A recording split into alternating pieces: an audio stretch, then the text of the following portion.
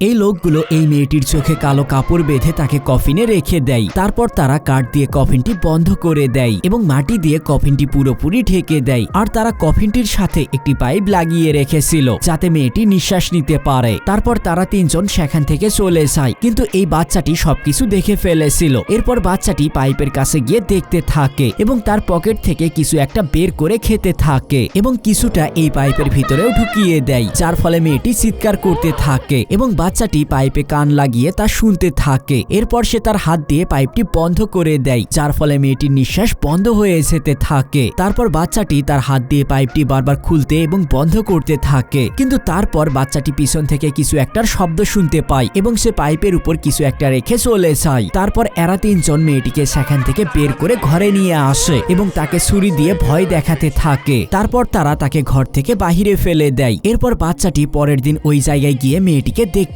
পায় না। বন্ধুরা, মেয়েটির সাথে এরপর কি ঘটতে চলেছে